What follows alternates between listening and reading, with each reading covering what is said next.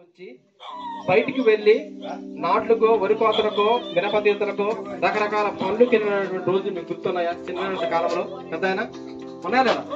అలాంటి రోజులు ఎవరైతే అలాంటి స్థితిగతులు ఎక్కడైతే గ్రామంలో ఉన్నాయో అలా వలస వెళ్ళే అవసరం లేకుండా ఉన్న ఊరిలోనే ఉన్న గ్రామంలోనే ఒక ఆర్థిక సంవత్సరంలో ఒక సంవత్సరానికి 100 రోజులు కనుక పనిదినాలు కల్పించినట్లయితే తప్పనిసరిగా ఆ యొక్క కుటుంబానికి ఇప్పుడున్న రేటు ప్రకారము 25,000 నుంచి 30,000 వరకు కూడా ఒక సంవత్సరంలోనే డబ్బులు రావడానికి అవకాశంగా ఉంటది. అలా వలస నివారించాలి, బయటికి వెళ్ళే యొక్క అవసరాలు నివారించాలనే ఉద్దేశంతో ఈ యొక్క పథకాన్ని ప్రారంభించడం జరిగింది. అలాగే వలసలో ఎంతమంది గతంలో వలస వెళ్ళేటోళ్ళ ఇప్పుడు వెళ్తున్నారు మీ గ్రామం నుంచి ఎవరైనా పనుల కోసమో మీ గ్రామంలో కనిపిస్తుంది కదా, మనకు ఉపాధి పథకం మీ హక్కు కదా, మరి ఎందుకు మరి మీరు దీన్ని వినియోగించుకోవట్లేదు చెప్పండి.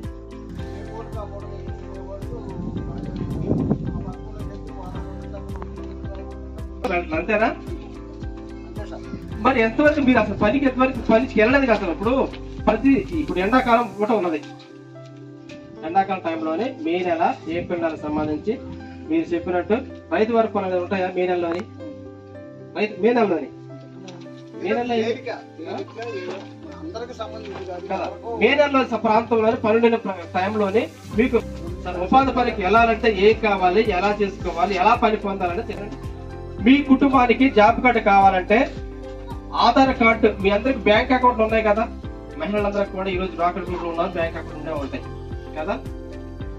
ఆధార్ కార్డు లింక్ అయినటువంటి బ్యాంక్ అకౌంట్లు ఉన్నాయి కదా, ప్రతి ఒక్కరికి కూడా బ్యాంక్ అకౌంట్ యూజ్ చేయడం ఎవరు లేరు కదా.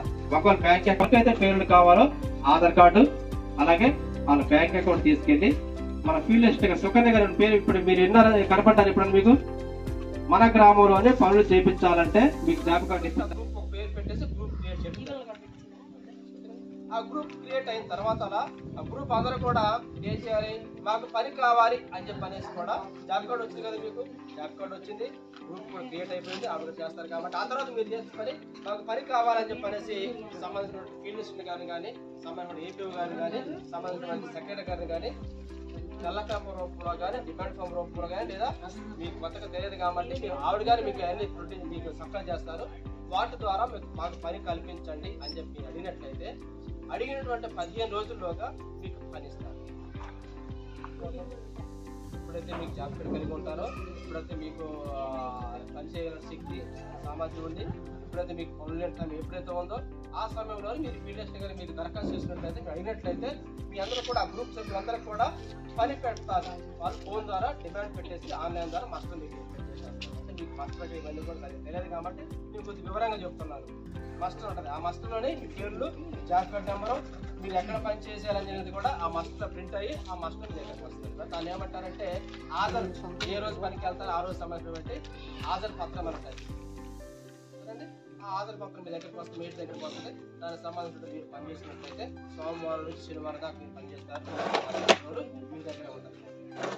పనిచేసినట్లయితే మీకు ఆ తర్వాత వచ్చే సోమవారం శనివారం వరకు కూడా మండల ఆఫీస్కి వెళ్ళి అక్కడ వాళ్ళ ప్రింట్ వాళ్ళకి సంబంధించినటువంటి అన్ని కూడా మస్టర్లో ఉన్న పేర్లన్నీ కూడా ఎవరు ఇండోర్ వచ్చినది కూడా దానికి సంబంధించి అక్కడ వాళ్ళు నమోదు చేసుకొని తర్వాత వాళ్ళు మీకు డబ్బులు ఇవ్వడానికి అవకాశం ఉంటుంది. మీరు అన్నట్టు ఈ డబ్బులు ఎంత ప్రాసెస్ జరగాలంటే ఎందుకు మీకు రోజువారీ డబ్బులు రావట్లేదు అంటే మరి రోజువారీ రైతు వారి పనికి వెళ్తాం కాబట్టి నా దగ్గర అది 2-4 ఇచ్చేస్తారు. కానీ ఉపాధి పథకం అంత కాదు, సోమవారం నుంచి శనివారం వరకు కూడా ఆ మస్టర్ పేపర్ మీ దగ్గరే ఉంటుంది కదా. ఆ డబ్బులు రావాలంటే మస్టర్ పేపర్ మండలానికి వెళ్ళాలి, మండలానికి వెళ్ళిన తర్వాత ఆ మస్టర్ ఉన్న పేర్లన్నీ కూడా కంప్యూటర్ నమోదు చేయాలి, ఆ తర్వాత గవర్నమెంట్ వాటి పేరు ప్రకారం డబ్బులు రిలీజ్ చేయాలి. అందుకని 15 రోజుల సమయం పట్టింది డబ్బులు రావడం కోసం. అర్థమవుతుందండి? ఇదంతా కూడా దేశవ్యాప్తంగా జరిగేటువంటి ప్రక్రియ, ప్రాసెస్ విధానం ఇది. ఏంటి మన కాలనీ వాసులకు ప్రత్యేకంగా ఉదయం నుంచి సాయంత్రం డబ్బులు పని చేస్తాం, మాకు సాయంత్రం డబ్బులు ఏంటంటే ఇది పని అనేది కూడా